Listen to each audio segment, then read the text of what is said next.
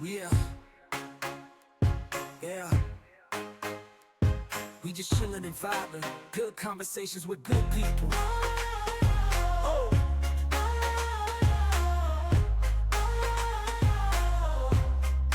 Good conversations with good people. Yeah.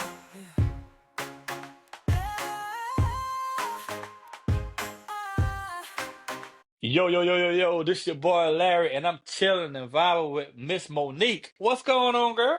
What's up? What's up, Larry? Thank you for having me.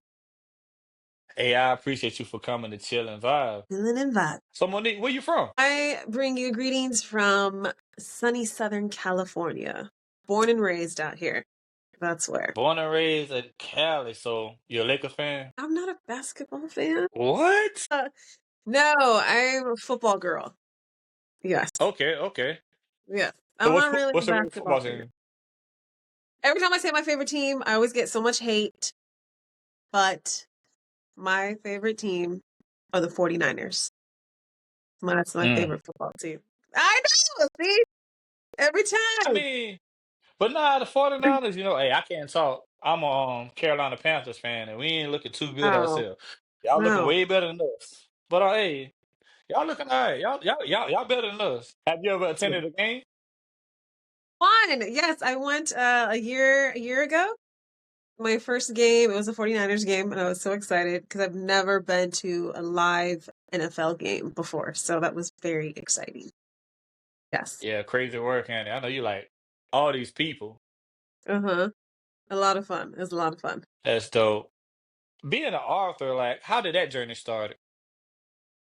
Very unexpectedly. So I sing, and my main thing is I'm a singer, and I travel and I do praise and worship, and I've got original music out, an EP, and one day I just had a friend call me and randomly and said, Monique, you need to write a book. And I was like, well, that's weird. Like, what do you mean? Because I never ever in a million years ever thought I would have written a book. Because I'm like, I'm a singer, not an author. What do you mean write a book? And then probably about 4 or 5 days later, a different friend called who doesn't even know the first friend and started off their conversation saying, you need to write a book. And I was like, what? And then the next week, another friend called. And again, none of these people know each other. And same thing. Started off the conversation with like, I've been thinking about it and you need to write a book. So I was like, okay, so maybe God's trying to tell me something. So after the third person, I was like, okay. So then I was like, but I don't even know how. I don't know where to start. I don't even know what to write about. But all three of them said they think I should write about my own personal story and how it can be very encouraging to people. I said, okay. I saw this kid on Facebook and I bought his like $40 program to teach you how to write a book in a month. And I went through all his like tutorials, all his videos showing you how to break it up, how to divide it, then how to just to do self-publishing through Amazon, which is what I did, and where to find an editor, where to find a person to do the cover art, to format the book, all the details. Like he really take you through the whole process of how to do it. So it took me 5 weeks. So I wrote my book in 5 weeks. And it's short, it's only like 90 pages.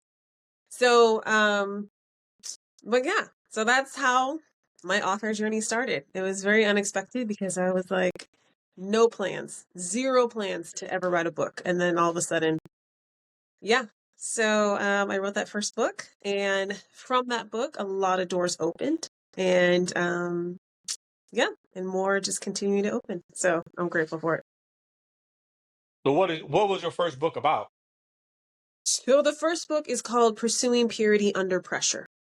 And it's a mix of my own story, being someone who raised in church, grew up in church.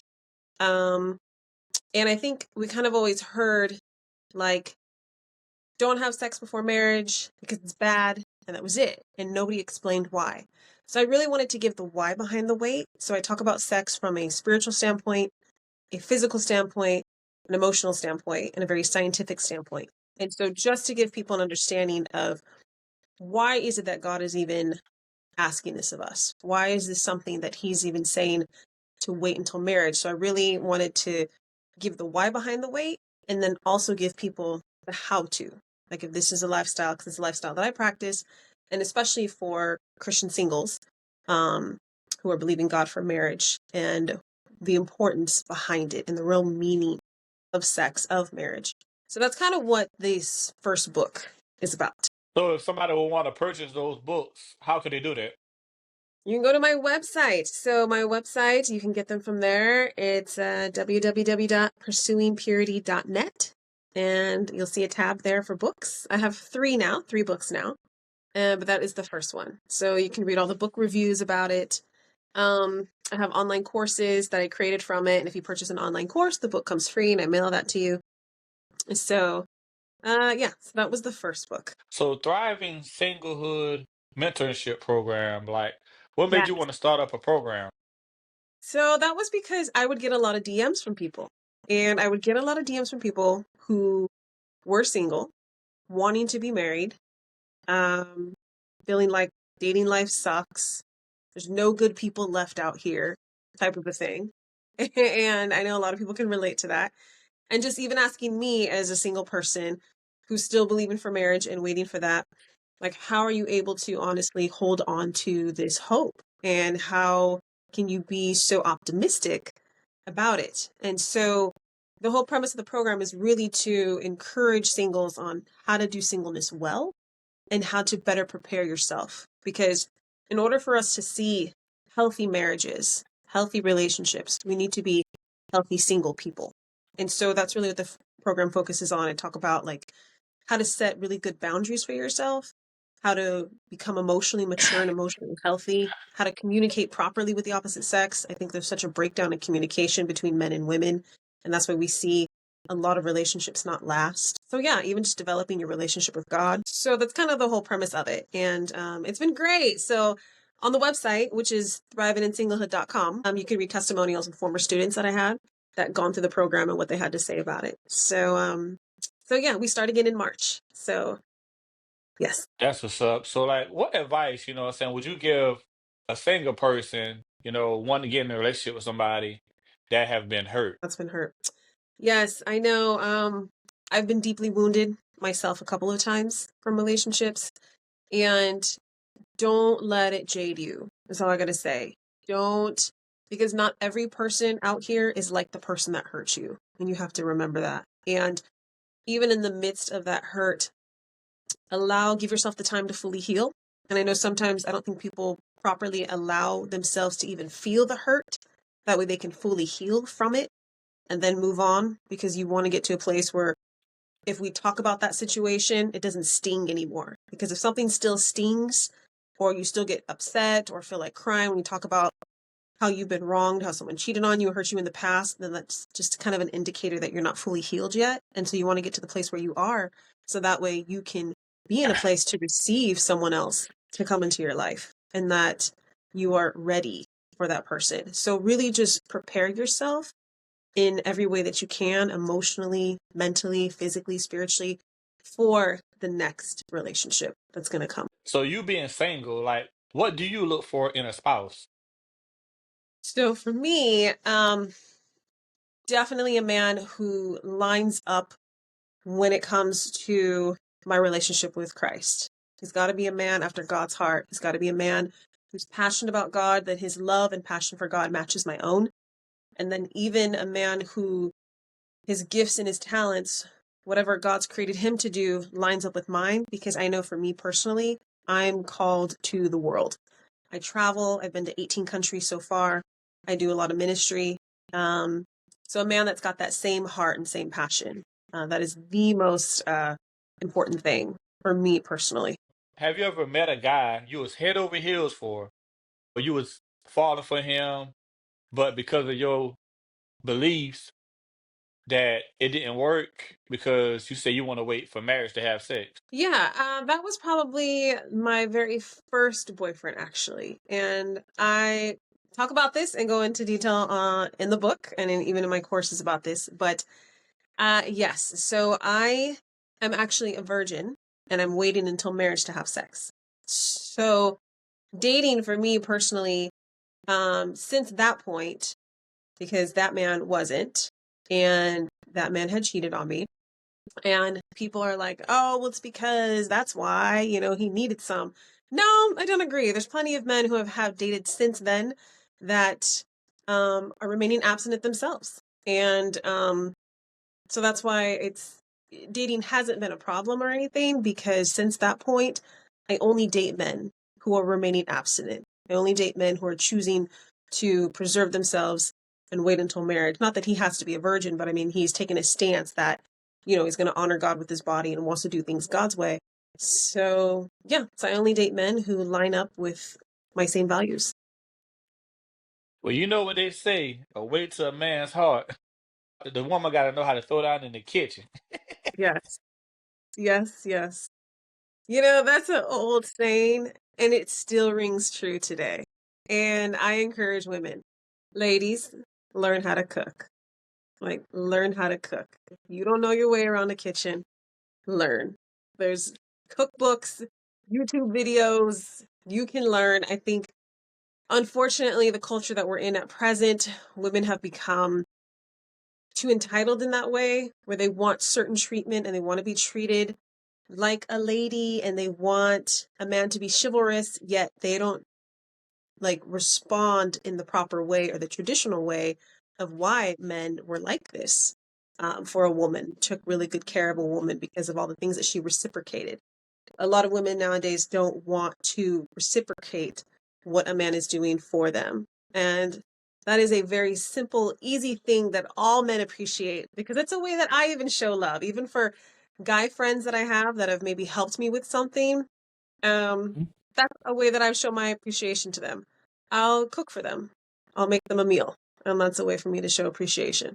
So, yes, Yeah, so it's important. not hard at all, but you It's gotta not. you gotta be willing to want to learn. Yes. And it got some women that don't want to take the time to learn. I got a They do. funny story. So this girl I was with once upon a time, she had wanted to surprise me with cooking.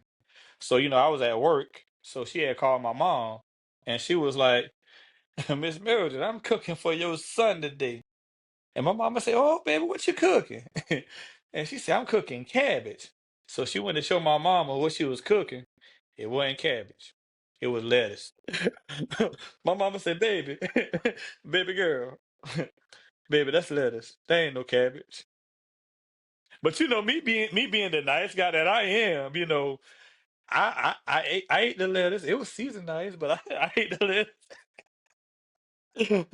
I ate the lettuce. I ain't want her to feel Uh-huh. bad, so I like that. Yeah, okay. It ain't cabbage, but I guess you trying something new tonight. That was funny. And, But it's true. and Yes. Ladies, make an after effort. that, yeah, after that, she ain't cook no more. Yeah, I guess that just killed her confidence of what she had. She ain't had cook no more. I see.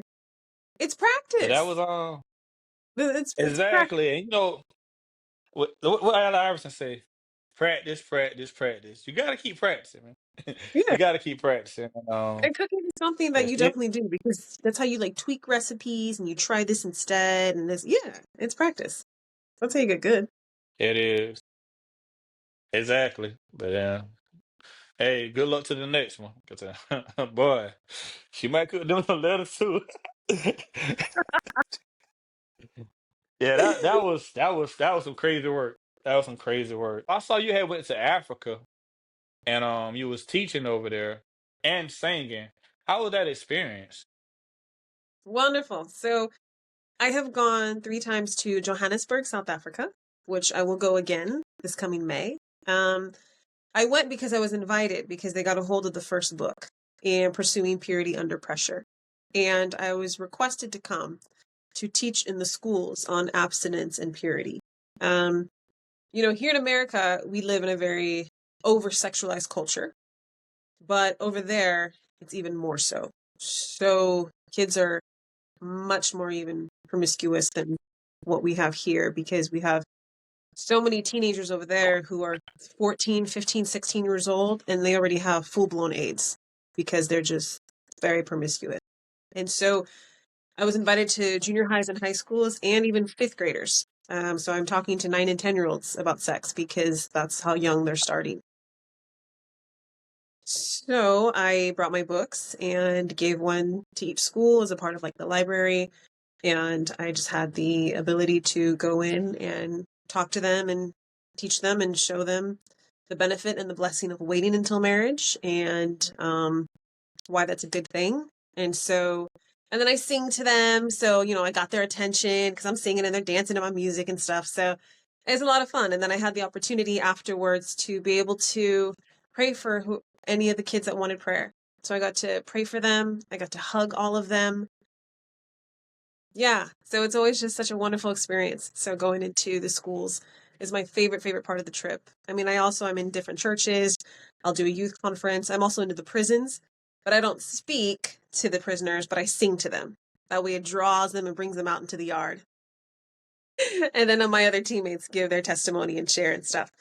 But yeah, it's definitely become a favorite trip of mine. So this will be my 4th time going back in May. That's dope. That's dope hearing that, man. Keep doing that. Putting that Thank you. positive energy out.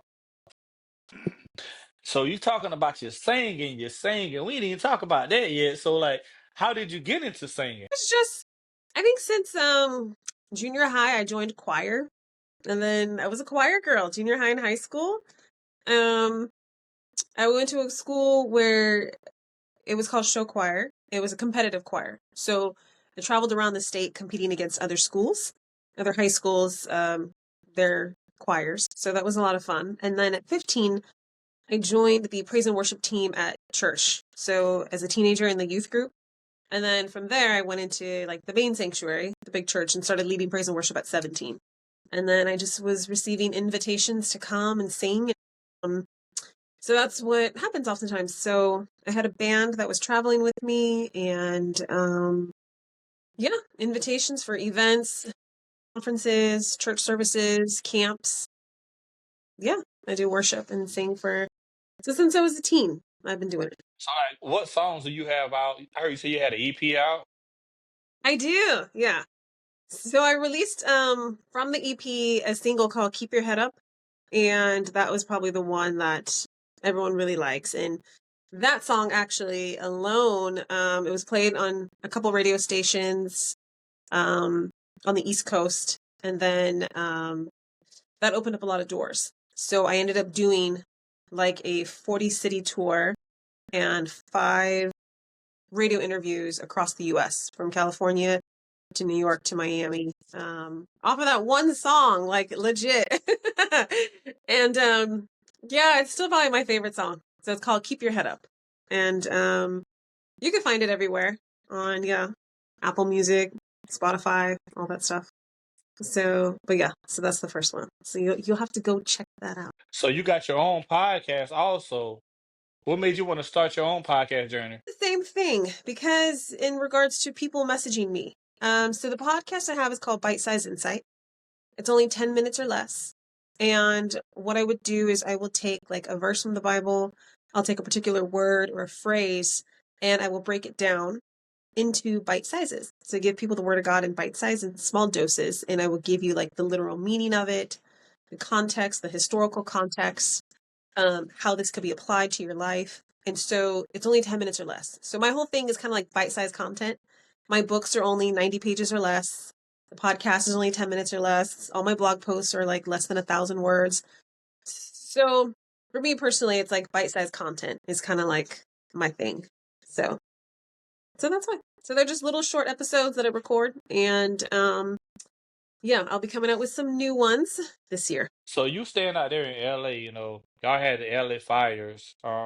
Did that affect you in any way? No, it did not affect me personally. But I do know people that it did, and it was tough. It's really sad. And yeah. Um yeah, I think we'll see how it goes when they rebuild for all those people, but a lot of situations where it was like definitely, you would say it was done on purpose. I mean, you could see how just certain things that you hear, and But yeah, it's a tough situation. It definitely is. My prayers go out to all the families over there Yeah. that was affected by that fires, man. Seeing it on social media and on the news, it's like, wow. Like, over here we deal with like hurricanes, and Yeah. over there, y'all deal with the fires. It's sad, man. Hmm. Prayers go out to the families. Yes. Monique, what advice would you give someone looking for love? What would you tell them? I would tell them to get whole first. Just make sure that you are in a place that you know you can fully offer everything about yourself to a person, that you are healthy and whole mentally, emotionally, spiritually. Like that is definitely something that, you know, it's like almost like a cliche. You hear people say we're always looking for the right one, but we actually need to become the right one. And so, and that means for us to put in the work, the discipline, you know, the sacrifice to become the people that we actually want. Because, would you date you is what it comes down to. Like, is there things within your own self that you know you could still change? I mean, sure, to a certain extent, we can always be maturing and growing in different ways.